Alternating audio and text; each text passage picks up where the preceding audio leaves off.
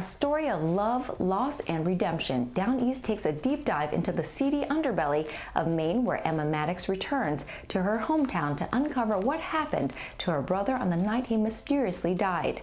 Joan Rick Hollingsley speaks to the director, JOE RAFFA, about his film that made its worldwide premiere at the Garden State Film Festival. Every town is built on bad decisions.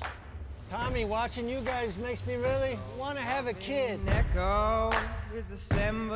dad's payment this week. You're still young, Tommy. I know you make a good soldier. Do you remember what we said to each other when we were kids? Yeah, I do.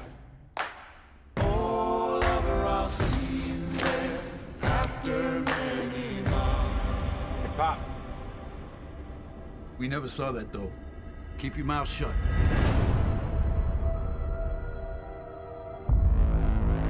Any eyewitnesses? No. The night my brother died, nobody saw anything. I wouldn't go around asking questions like that. Rick Hong here for Hollywood First Look. Today, I'm with writer-director JOE RAFFA, and we are talking his movie, Downeast. Joe, I wanted to tell you, you did a great job not only executing the story, but you really got the performances from your cast. I was hooked as soon as the voiceover came in, so congratulations.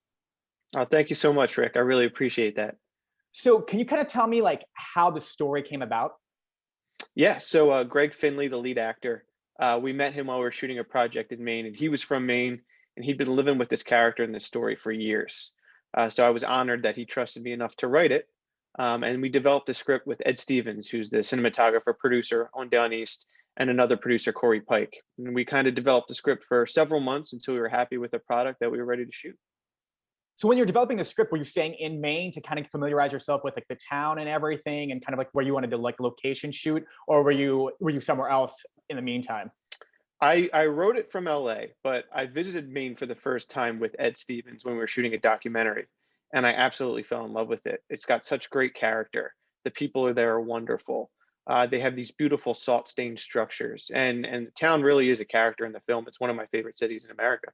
The way that you shot it, it was so beautiful. And speaking of beauty too, is that, you know, you shot some scenes like on a boat. And when I'm watching, anytime I watch a movie, you know, especially I always think of like Waterworld, that has to be one of the most expensive shots.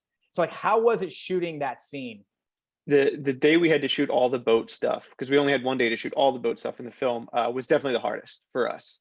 We had developed a good plan. I got a great assistant director in Anthony Hanna, and we worked with Ed Stevens to come up with a shot list. But 20 minutes on the boat that day, we realized our plan was not going to work, and we had to come up with something on the fly. And I said, you know, we just have to get one scene in the can, a conversation between, you know, the actors. And we did, and then we found a rhythm. And then now I looked back at the day fondly. I think it was a really fun day. But at the time, I was panicking a little bit.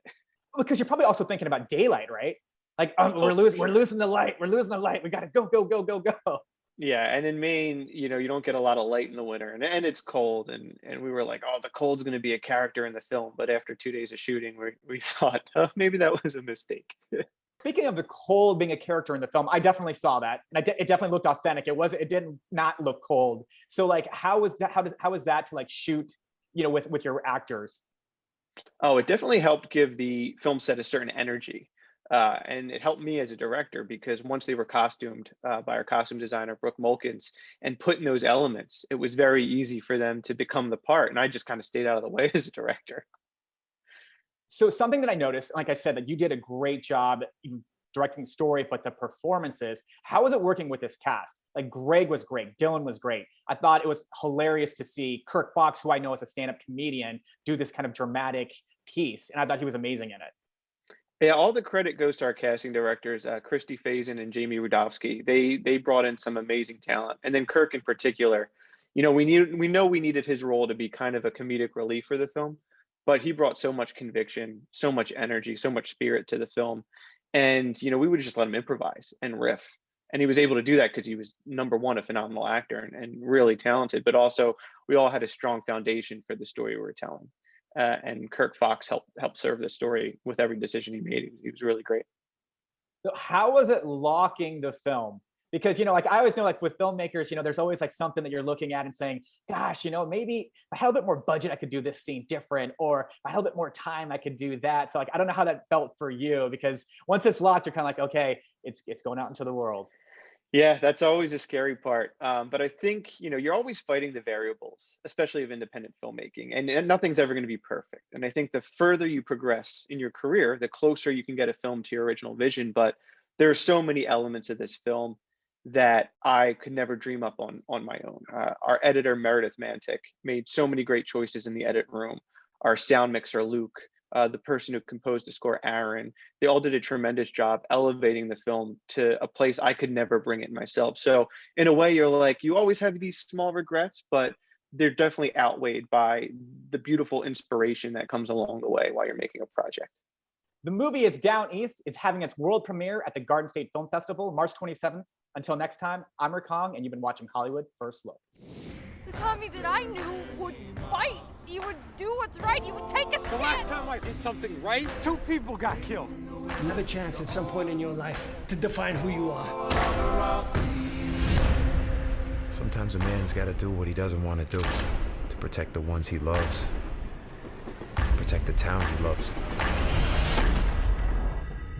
Because there's always a bigger fish. After